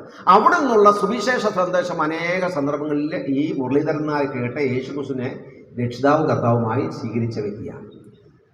പക്ഷേ അപ്പൻ്റെ നിർബന്ധപ്രകാരം ഇത് വീട്ടിൽ പറഞ്ഞിട്ടില്ല, കൊന്നുകളയും, മാവിനികരെയാണ്. അവസാനം എന്ത് ചെയ്തു? പോൾജിനാരെ ഈ ശബരിമലയിലേക്ക് 18-ാം പടി അപ്പൻ്റെ കൂടെ ചവിട്ടുന്ന സമയത്ത് എന്ത് ചെയ്തു? ദൈവാത്മാവിൻ്റെ വലിയ പ്രവർത്തനങ്ങളുണ്ടായി. അപ്പോഴോട് പറഞ്ഞു, അപ്പം കയറിക്കൊള്ളാൻ പറഞ്ഞു. അപ്പോൾ ഉടനെ ചോദിച്ചു, എന്താണെന്ന് ചോദിച്ചു. അപ്പോൾ ഉടനെ പറഞ്ഞു, അപ്പം എനിക്കത് കയറാൻ പറ്റില്ല, ഞാനൊരു ദൈവവേദനാണ്. ഉടനെ പറഞ്ഞു, നീ ഇങ്ങനെ ഒരു തീരുമാനം എടുത്താൽ ഇനി മുതൽ ഈ നിമിഷം നീ എൻ്റെ മകനല്ല. സാരമില്ല, അപ്പം കയറി, മകൻ തിരിച്ചു. ഞാൻ പറഞ്ഞു വരുന്നത്, പോൾജിനാർക്ക് തിരുവഴുത്തിലെ പഠനം കൊണ്ട് മനസ്സിലായത്. പക്ഷേ ഇവർക്കിതൊന്നും അറിയില്ലായിരുന്നു. അതുകൊണ്ടാണ് ഇങ്ങനെയൊരു ദർശനം. ഇപ്പോൾ പഴയ നിയമത്തിലൊക്കെ ദൈവത്തോട് അടയാളം ചോദിക്കുന്നില്ലേ? യിഫ്താഹ് ചോദിക്കുന്നില്ലേ? അതുപോലെ തന്നെ ഗിദെയോൻ ചോദിക്കുന്നില്ലേ? ഗിദെയോൻ്റെ അപ്പനും അമ്മയും ചോദിക്കുന്നില്ലേ? കാരണം തിരുവഴുത്ത് ഈ നിലയിൽ വെളിപ്പെടുത്തി തന്നിട്ടില്ല. അതുകൊണ്ടാണ്. അപ്പം ഞാൻ പറഞ്ഞു വരുന്നത്, ആ കാലഘട്ടത്തിൽ തിരുവഴുത്തിലെ സത്യങ്ങൾ വ്യക്തമായി മനസ്സിലാക്കിയിട്ടില്ല. എന്നാൽ ലേഖനങ്ങളിലേക്ക് വരുമ്പോഴാണ് ഇതൊക്കെ നമുക്ക് ഉപദേശമായിട്ട് സഭയ്ക്ക് എഴുതപ്പെട്ട് ലഭിക്കുന്നത്. അതുകൊണ്ട് ഈ ആത്മനിറവ് എന്താണ് എന്നുള്ളത് മനസ്സിലാക്കാൻ സഹായിക്കുന്ന ഒറ്റ വാക്യം, പ്രധാനമായ ഒരു വാക്യമുണ്ട്. പിന്നെ ഈ അപ്പോസ്തലപ്രവൃത്തിയുടെ പുസ്തകത്തിൽ കാണുന്ന സംഭവങ്ങൾ ഒരു ദൃഷ്ടാന്തമായി നമുക്ക് എടുക്കാം, ഉപദേശമായി എടുക്കരുത്. ഞാൻ ഓർപ്പിക്കാം, വായിച്ച്. വീഞ്ഞു കുടിച്ച് മത്തരാകരുത്, അതിനാൽ ദുർനടപ്പ് ഉണ്ടാകുമല്ലോ. പിന്നെ ആത്മാവ് നിറഞ്ഞവരായി. അപ്പോൾ ആത്മാവിൽ നിറഞ്ഞാൽ അന്യഭാഷയാണ് പറയുന്നത് എങ്കിൽ ആ അന്യഭാഷ ഇവിടെ പറയണം. നോക്കിക്കേ, ആത്മാവിൽ നിറയുമ്പോൾ എന്താ വരുന്നത്? സങ്കീർത്തനങ്ങളാലും തമ്മിൽ സംസാരിച്ചും നിങ്ങളുടെ ഉള്ളിൽ പാടിയും കീർത്തനം ചെയ്തും കർത്താവ് യേശുക്രിസ്തുവിന്റെ നാമത്തിൽ ദൈവവും പിതാവുമായവനെ എല്ലായ്പ്പോഴും എല്ലാറ്റിനും വേണ്ടി സ്തോത്രം ചെയ്തുകൊള്ളു. അവിടെയും എന്ത് കാണുന്നില്ല? ആത്മാവിൽ നിറയാൻ പറഞ്ഞിട്ടുണ്ട്. പക്ഷെ മറ്റു ഭാഗങ്ങളൊന്നും ആത്മാവിൽ നിറഞ്ഞ സംഭവം പറഞ്ഞിട്ടുണ്ട്, പക്ഷേ കൽപ്പനയായിട്ടല്ല. നിങ്ങളെല്ലാവരും ഇവിടെ ഇരുന്ന് ആത്മാവിൽ നിറയുന്ന എന്ന് പറഞ്ഞിട്ടല്ല അവിടെ ആത്മാവിൽ നിറഞ്ഞത്, ആണോ? അല്ല. അപ്പം ആത്മനിറവും അന്യഭാഷയും തമ്മിൽ യാതൊരു ബന്ധവുമില്ല. ഇനി ഉണ്ടെന്ന് ഒരു സംശയം ഉണ്ടാക്കുന്ന വാക്യമാണ് നിങ്ങൾ അണ്ടർലൈൻ ചെയ്ത് ആ വാക്യത്തിലേക്ക് വരാം. 2-ാം അധ്യായം 2:4. പ്രവർത്തന പുസ്തകം 2-ന്റെ എല്ലാവരും പരിശുദ്ധാത്മാവ് നിറഞ്ഞതായി അന്യഭാഷകളിൽ സംസാരിച്ച്, ഞാൻ വായിക്കാം, ഒന്നുകൂടെ വായിക്കാം, നിങ്ങൾ ശ്രദ്ധിക്കണേ. എല്ലാവരും പരിശുദ്ധാത്മാവ് നിറഞ്ഞവരായി അന്യഭാഷകളിൽ സംസാരിച്ചു തുടങ്ങി. റൈറ്റ്. എല്ലാവരും പരിശുദ്ധാത്മാവ് നിറഞ്ഞവരായി. അടുത്ത വാക്ക് ശ്രദ്ധിച്ചു, ക്ലോസ് എന്താ? ആത്മാവ് അവർക്ക് ഉച്ചരിപ്പാൻ നൽകിയതുപോലെ അന്യഭാഷകൾ സംസാരിച്ചു. ആത്മാവിൽ നിറഞ്ഞപ്പോൾ അന്യഭാഷ പറഞ്ഞതല്ല. ആത്മാവിൽ നിറയുമ്പോൾ അന്യഭാഷ പറയുമെങ്കിൽ നമ്മൾ വായിച്ച എല്ലാ ഭാഗത്തും ഞാൻ പറഞ്ഞു ശരിയാണോ? ശരിയാണെങ്കിൽ നിങ്ങൾ മതി. ഞാൻ എന്നെ തൃപ്തിപ്പെടുത്താൻ വേണ്ടി നിങ്ങൾ എന്ത് ചെയ്യണ്ട, ശരിയാണെന്ന് പറയണ്ട. ഞാൻ പറഞ്ഞത് ശരിയാണോ? ആണോ? നമ്മൾ വായിച്ച വാക്യങ്ങൾ നിങ്ങൾ ഓർമ്മയുണ്ട്. 4:8 വായിച്ചു, പത്രോസ് ആത്മാവിൽ നിറഞ്ഞു, അന്യഭാഷ പറഞ്ഞില്ല. അതുപോലെ 4:31 അവരെല്ലാവരും ആത്മാവിൽ നിറഞ്ഞു, ദൈവവചനം ധൈര്യത്തോടെ എന്ത് ചെയ്തു? പ്രസ്താവിച്ചു, അന്യഭാഷ പറഞ്ഞില്ല. 7:55 അതുപോലെ 11:24 സ്തേഫാനോസ് ആത്മാവിൽ നിറഞ്ഞു, അന്യഭാഷ പറഞ്ഞില്ല, സ്വർഗത്തിലേക്ക് നോക്കി. 9:17 പൗലോസ് പരിശുദ്ധാത്മാവിൽ നിറഞ്ഞു, അന്യഭാഷ പറഞ്ഞില്ല. 6:5 സ്ത്രീകന്മാർ എന്ന് പറഞ്ഞില്ല, ഡീക്കന്മാർ അല്ലെങ്കിൽ ശുശ്രൂഷകന്മാർ 7 പേരെ ഇസ്രായേൽ സഭയിലെ മേശയിലെ ശുശ്രൂഷയ്ക്ക് വേണ്ടി അവരെല്ലാവരും പരിശുദ്ധാത്മാ നിറമുള്ളവരായിരുന്നു, അവർ അന്യഭാഷ പറഞ്ഞില്ല. പിന്നെ 13:9 പൗലോസിനെ കുറിച്ച് പറയുന്നു. 13:52 പറയുന്നു. എഫേസ്യർ 5:10-18 നമ്മളിപ്പോൾ വായിച്ച 21 വരെ വാക്യങ്ങളിൽ ആത്മാവിൽ നിറയുവീൻ എന്ന് പറഞ്ഞ ആ ഭാഗത്തും എന്തില്ല? അപ്പൊ ഇവിടെയും അങ്ങനെയാണെങ്കിൽ ഇവിടെ എന്തുകൊണ്ട് അന്യഭാഷ പറഞ്ഞു? പറയാമോ?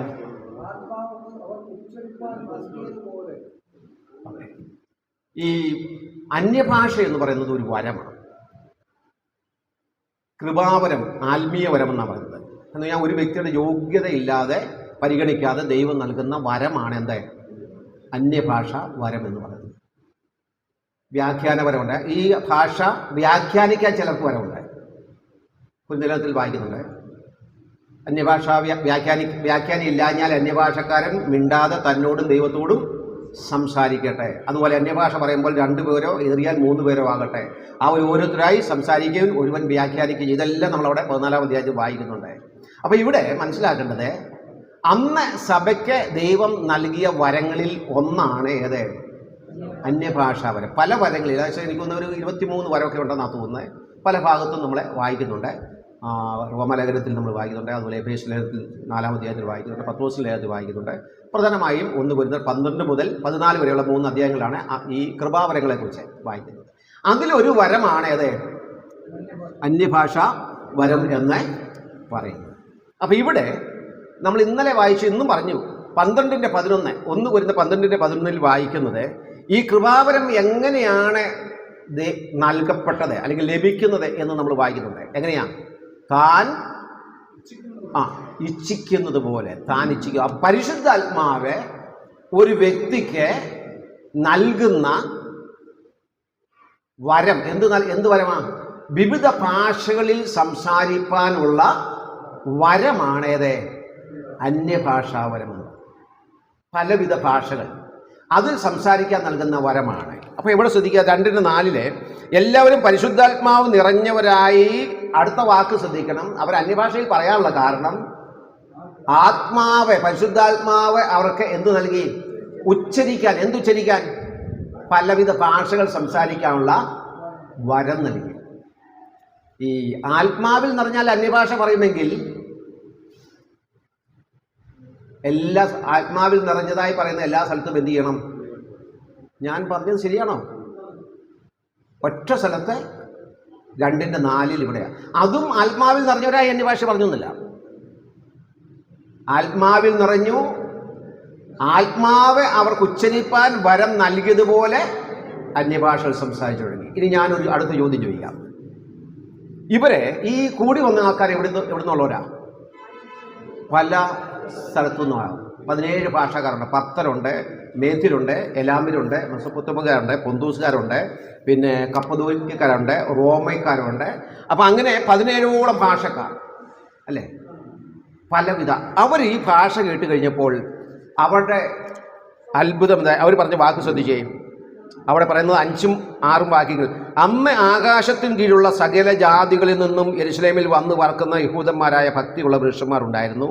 ഈ മുഴക്കമുണ്ടായപ്പോൾ പുരുഷന്മാർ വന്നുകൂടി ഓരോരുത്തൻ താന്താൻ്റെ ഭാഷയിൽ അവർ സംസാരിക്കുന്നത് കേട്ട് അമ്പരന്ന് പോയി. നമ്മൾ ഒരു കാര്യം ഓർക്കണം, ബൈബിൾ പഠിക്കുമ്പോൾ അതിൻ്റെ പശ്ചാത്തലം മനസ്സിലാക്കണം, ബാക്ക്ഗ്രൗണ്ട് മനസ്സിലാക്കണം. എന്തുകൊണ്ടാണ് ഇവിടെ ഇത് സംസാരിച്ചത് എന്ന്. ആത്മാവിൽ നിറഞ്ഞാൽ അന്യഭാഷ ഉണ്ടാകുമായിരുന്നെങ്കിൽ എല്ലായിടത്തും വേണ്ടേ? ഒറ്റ സ്ഥലത്തെ നമ്മളിവിടെ മാത്രമേ ഉള്ളൂ. അപ്പം എന്തുകൊണ്ടാണ് ഇവിടെ പെന്തക്കോസ്ത് നാളിൽ ഈ ശിഷ്യന്മാർ ആത്മാവിൽ വന്നപ്പോൾ, സഭ രൂപപ്പെട്ടപ്പോൾ അവർ ആത്മാവിൽ അന്യഭാഷകൾ സംസാരിച്ചത് എന്തുകൊണ്ടാണ് എന്ന് മനസ്സിലാക്കണം. പല ഭാഷക്കാരാണ് വന്നിട്ടുള്ളത്. ഓക്കെ, ആദ്യത്തെ കൺവെൻഷനാണ്. ഇനി ഇവിടെ നമ്മൾ 50 കോടി രൂപ മുടക്കിയെന്ന് പറഞ്ഞാലും കേരളത്തിലെ എല്ലാ പെന്തക്കോസ്ത് സഭകളും ചേർന്നോ എല്ലാ ബ്രദറും ബാപ്റ്റിസ്റ്റുകാരും ചേർന്ന് കൺവെൻഷൻ നടത്തിയാലും ഈ 3000 പേര് 300 പേര് രക്ഷിക്കില്ല.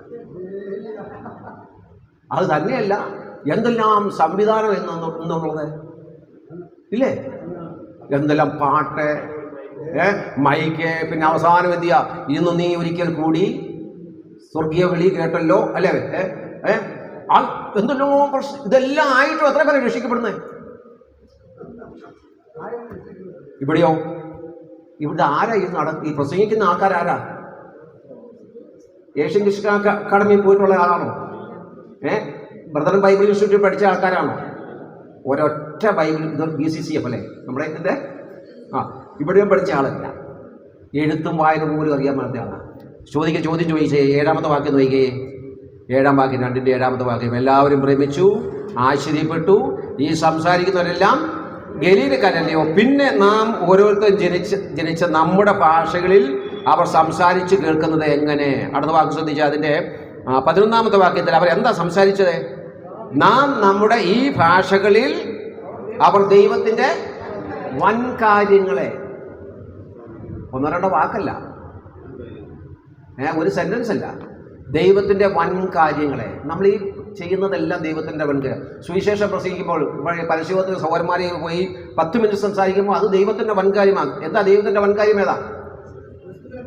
യേശുക്രിസ്തുവിനെ ഉയർത്തുക. ക്രിസ്തുവിലൂടെ ദൈവം മനുഷ്യന് നൽകിയ രക്ഷയും. ഒരു കാര്യം ഓർക്കണം, ഈ വന്നിട്ടുള്ള ആൾക്കാരില്ലേ, ഇവിടെ കൂടി വന്നിട്ടുള്ള ആൾക്കാരെ, അവരാരാന്നറിയാമോ? അവരേത് ജാതിയാണ്? ഏത് ജാതിക്കാരാണ്? മുഴുവൻ യഹൂദന്മാരാണ്. അതുപോലെ യഹൂദ മതാനുസാരികൾ എന്ന് പറഞ്ഞാൽ കൊർന്നൊല്യോസിനെ പോലെയും പിന്നെ ലുദിയെ പോലെയും പിന്നെ 8ാം അധ്യായത്തിൽ നമ്മൾ കാണുന്ന എത്യോപ്യക്കാരനായ മന്ത്രിയെ പോലെയുമുള്ള മതാനുസാരികൾ. എന്ന് പറഞ്ഞാൽ യഹൂദൻ്റെ മതത്തിൽ അല്ലെങ്കിൽ യഹൂദൻ്റെ വിശ്വാസത്തിൽ, യഹോവയിൽ വിശ്വാസം അർപ്പിച്ച ജാതികൾ, അവരെയാണ് എന്ത് വിളിക്കുന്നത്? യഹൂദ മതാനുസാരികൾ അല്ലെങ്കിൽ പ്രോസ്ലൈറ്റ്സ് എന്ന് വിളിക്കുന്നത്. മറ്റുള്ള എല്ലാ ആൾക്കാരും ബഹുഭൂരിപക്ഷം ആരാണ്? യഹൂദന്മാരാണ്. അവരെല്ലാം ഒരു പെരുന്നാളിന് വന്നിരിക്കുക. ഏത് പെരുന്നാളിനാണ്? പെന്തക്കോസ്ത് പെരുന്നാളിന്. അവർ വന്നപ്പോൾ ഇതിന് ഏകദേശം എത്ര ദിവസം മുമ്പാണ്? 50 ദിവസം മുമ്പേ, ഏകദേശം ഒരു 1.5 മാസം മുമ്പേ അവിടെ വലിയൊരു സംഭവം നടന്നു. ഈ യെരൂശലേമിൽ ഒരാൾ അവകാശവാദം പറഞ്ഞു, ഞാൻ സ്വർഗത്തു നിന്ന് ഇറങ്ങി വന്ന ജീവൻ്റെ അപ്പമാണ്, എന്നെ കണ്ടവൻ പിതാവിനെയും കണ്ടിരിക്കുന്നു, ഈ മന്ദിരം പൊളിച്ചാൽ ഞാൻ 3 നാൾ കൊണ്ട് പണിയും. പിന്നെ അവസാനം എന്ത് ചെയ്തു? പാവം ക്രൂശിൽ എന്ത് ചെയ്തു? മരിച്ചു. അപ്പോൾ ഉണ്ടായിരുന്ന 12 ശിഷ്യന്മാർ ഇവരെല്ലാം എന്ത് ചെയ്തു? അവിടെ വലിയ സ്വപ്നമായിരുന്നു. 30 വർഷം അവർ താലോലിച്ചു കൊണ്ട് നടന്ന സ്വപ്നമായിരുന്നു. ആ സ്വപ്നം ഇതാ തകർന്നു. പിന്നെ ചിലരെന്ത് ചെയ്തു? പഴയ പണിയിലേക്ക് പോയി. യേശു ഉയർക്കുമെന്നുള്ള പ്രതീക്ഷ വല്ലതും ശിഷ്യന്മാർക്കുണ്ടായിരുന്നോ? ഇല്ല. പിന്നെ യഹൂദന്മാർ പറഞ്ഞു, എന്ത് പറഞ്ഞു? അവർ യഹൂദന്മാർ തന്നെ ഈ പിലാത്തോസിന് പറയുന്നത് എന്താ? ഇതൊന്ന് ബന്ധവസാക്കണം, സീൽ ചെയ്യണം. കാരണം എന്താ? അവൻ ജീവിച്ചിരുന്നപ്പോൾ പറഞ്ഞതാ ഉയർത്തെഴുന്നേൽക്കുമെന്ന്. അഥവാ ഉയർത്തു കഴിഞ്ഞാൽ എന്ത് ചെയ്യും? ഉയർക്കില്ല. അവൻ്റെ ശിഷ്യന്മാർ വന്നെന്ത് ചെയ്യും? ശവം എടുത്തോണ്ട് പോയി കഴിഞ്ഞാൽ പിന്നെ ഉയർത്തെഴുന്നേറ്റു എന്ന് പറഞ്ഞ് ഉമ്മാർ എന്ത് ചെയ്യും? പ്രചരണം നടത്തും. ആകെ പണി പാടും. അതുകൊണ്ട് എന്ത് ചെയ്യണം? പിന്നെ യഹൂദന്മാർ പറഞ്ഞെന്താ? യേശു ആരാ? അവൻ്റെ അപ്പൻ ആരാണെന്ന് പോലും അറിയത്തില്ല. യഹൂദന്മാർ പറഞ്ഞു, കർത്താവ് പറഞ്ഞു, ഞാൻ അബ്രഹാമിന് മുമ്പേ ഉണ്ടേ. പക്ഷെ അന്നേരം എന്താ പറഞ്ഞത്? അവർ പറഞ്ഞെന്താ? ഞങ്ങൾക്കൊറ്റ അപ്പനേ ഉള്ളൂ എന്ന് പറഞ്ഞാൽ നിന്റെ അപ്പൻ ആരാണെന്ന് നിനക്കറിയില്ല. അത്രമാത്രം അപമാനിക്കപ്പെട്ട ഗലാത്യർ പൗലോസ് പറഞ്ഞിട്ടുണ്ട്, മരത്തിൽ മേൽ തൂങ്ങുന്നവരെല്ലാം. അപ്പം ശാപകരമായ ഒരു മരണം അനുഭവിച്ച അത് തന്നെയല്ലോ യേശു മാത്രമല്ല ഇങ്ങനെ അവകാശവാദം ചെയ്തത്. ഇതിന് മുമ്പും ഉണ്ടായിരുന്നു. ഗമാലിയേൽ പറഞ്ഞില്ലേ, പുരോഹിതന്മാരോട് പറഞ്ഞു, മഹാപുരോഹിതന്മാർ പറഞ്ഞു, നമ്മൾ ഈ ക്രിസ്ത്യ മാർഗത്തെ എന്ത് ചെയ്യുക, ഇങ്ങനെ തകർക്കാൻ പോകണ്ട, ഇത് ദൈവം ആരംഭിച്ചാണെങ്കിൽ എന്ത് ചെയ്യും? ഇതെന്നില്ല. ഇതിനു മുമ്പും ഇങ്ങനെയുള്ള ചില പ്രവാചകന്മാർ എഴുന്നേറ്റ് വന്നിട്ടുണ്ട്. അതെല്ലാം എന്ത് ചെയ്തു? പോയിട്ടുണ്ട്. അപ്പം ഞാൻ ചോദിക്കട്ടെ, ആര് വിശ്വസിക്കും? ഇനി ഈ ശിഷ്യന്മാരോ? ഓരോ സഭക്കാരും പറയും, ഞങ്ങളുടെ കൂട്ടത്തിൽ ഇന്നയാളുണ്ട്, ഞങ്ങളുടെ അടുത്ത് IAS-കാരുണ്ട്, ഞങ്ങളുടെ ആട് രാഷ്ട്രീയത്തിലുണ്ട്, ഇതൊക്കെ പറഞ്ഞാണ്. പക്ഷേ ഇവർക്ക് ഒന്നും ഒരവകാശമില്ല. പാവം മീൻപിടുത്തക്കാരായ മുക്കുവന്മാരായ ഒരു വിദ്യാഭ്യാസമില്ലാത്ത, ഇവിടെ പറയുന്നുണ്ട് പഠിപ്പില്ലാത്തവരും സാമാന്യരും എന്നൊരു ഭാഗത്ത് നമ്മൾ വായിക്കുന്നു. അപ്പോൾ ഇവർക്കറിയാവുന്ന ആകെ ഭാഷ ഏതാ? ഗലീല ഭാഷ, അരമായ ഭാഷ, കൂടി വന്നാൽ അവിടെ മതഭാഷയായ എബ്രായ ഭാഷ. അവരാണ് ഈ കൂടി വന്ന ഇത്രയും ആൾക്കാരുടെ ഭാഷയിൽ എന്ത് ചെയ്യുക? സംസാരിക്കുക. അപ്പം അത് തന്നെയല്ല സംസാരിക്കുന്നത്. എന്താ ഇന്ന് കേൾക്കുന്ന പോലെയുള്ള ഒന്നോ രണ്ടോ മൂന്നോ വാക്കുകളൊന്നുമല്ല, അല്ലെ ചില സെന്റൻസുകളല്ല. അവർ ദൈവത്തിൻ്റെ വൻ കാര്യങ്ങളെ എന്ത് ചെയ്യുക? പ്രസ്താവിക്കുക. അതിനുശേഷം നമ്മൾ വായിച്ചേ, അതിനകത്തെ അതിൻ്റെ 11-ാം വാക്യം പറയുകയാണ്, ക്രേത്യരും അറബിക്കാരുമായ നാം ഈ നമ്മുടെ ഭാഷകളിൽ അവർ ദൈവത്തിൻ്റെ വൻകാര്യങ്ങളെ പ്രസ്താവിച്ച് കേൾക്കുന്നുവല്ലോ എന്ന് പറഞ്ഞു. എല്ലാവരും ഭ്രമിച്ചു, ചഞ്ചരിച്ചു, ഇതെന്തായിരിക്കുമെന്ന് തമ്മിൽ തമ്മിൽ പറഞ്ഞു. ഇവർ പുതുവീഞ്ഞു കുടിച്ചിരിക്കുന്നുവെന്നും മറ്റു ചിലരെ പരിഹസിച്ചു. അപ്പം ഞാൻ ഈ കാര്യം ഒന്ന് അണ്ടർലൈൻ ചെയ്തു. ഇന്ന് നമുക്ക് ചർച്ച ചെയ്യാൻ സമയമില്ല, പഠിക്കാൻ സമയമില്ല. അപ്പം ഞാൻ ഓർപ്പിച്ചു വന്നത്, ഈ കാര്യം ഈ ആത്മാവിൽ നിറഞ്ഞപ്പോൾ അവർക്ക് പരിശുദ്ധാത്മാവ് വിവിധ ഭാഷകൾ സംസാരിക്കാനുള്ള വരം നൽകിയില്ലായിരുന്നെങ്കിൽ എന്തു സംഭവിക്കുമായിരുന്നു എന്ന് ഒരു ചോദ്യം. ഈ വരങ്ങൾ, ഈ അന്യഭാഷകളിൽ ഇവർ സംസാരിക്കാൻ ഈ ശിഷ്യന്മാർക്ക് വരം നൽകിയപ്പോൾ അതിൻ്റെ പ്രതിഫലം എന്തുണ്ടായി? പറയാമോ? അവർ രക്ഷിക്കപ്പെടാനുള്ള ഒന്നാമത്തെ കാരണം എന്താ പറയുക? അവിടെ നടന്ന അത്ഭുതമാണ്. അവർ കണ്ട ഏറ്റവും വലിയ അത്ഭുതം എന്താ? പഠിപ്പില്ലാത്തതും സാമാന്യരുമായ ഈ ഗലീലക്കാരായ, അതും ആരാ? യേശുവിനെ ഒരിക്കലും യഹൂദൻ അംഗീകരിക്കുകയില്ല. യേശു ഇത്രയും അത്ഭുതങ്ങളെ, മരിച്ചവരെ ഉയർപ്പിച്ചു, വെള്ളത്തിൻ്റെ മീതെ കൂടെ നടന്നു, കുരുടനെ എന്ത് ചെയ്തു? കാഴ്ച കൊടുത്തു, മുടന്തനെ നടത്തി, കുഷ്ഠരോഗിയെ സൗഖ്യമാക്കി, 3 ആൾക്കാരെ മരണത്തിൽ നിന്നും ജീവനിലേക്ക് കൊണ്ടുവന്നു. എന്നിട്ടും ഈ യഹൂദന്മാർ പറയുക, ഇവൻ പിശാചിന്റെ തലവനായ ബേൽസെബൂലിനെ കൊണ്ടാണ്. അപ്പൊ ആ വ്യക്തി എന്ത് ചെയ്തു? ഒരു കൊന്നു. ആ വ്യക്തി ഉയർത്തെഴുന്നേറ്റു. പക്ഷെ ഇതാരും വിശ്വസിക്കില്ല. ഈ ശിഷ്യന്മാരും വിശ്വസിച്ചില്ല. അല്ലേ? കർത്താവ് ഉയർത്തെഴുന്നേറ്റ് അവിടെ അടുത്തേക്ക് നമ്മൾ ഭൂതമെന്നാ പറഞ്ഞത്, അല്ലേ? അവർക്ക് വിശ്വാസമില്ലായിരുന്നു.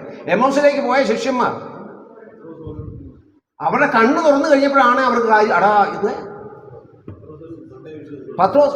തോമസ് പറഞ്ഞു, ഞാൻ അവൻ്റെ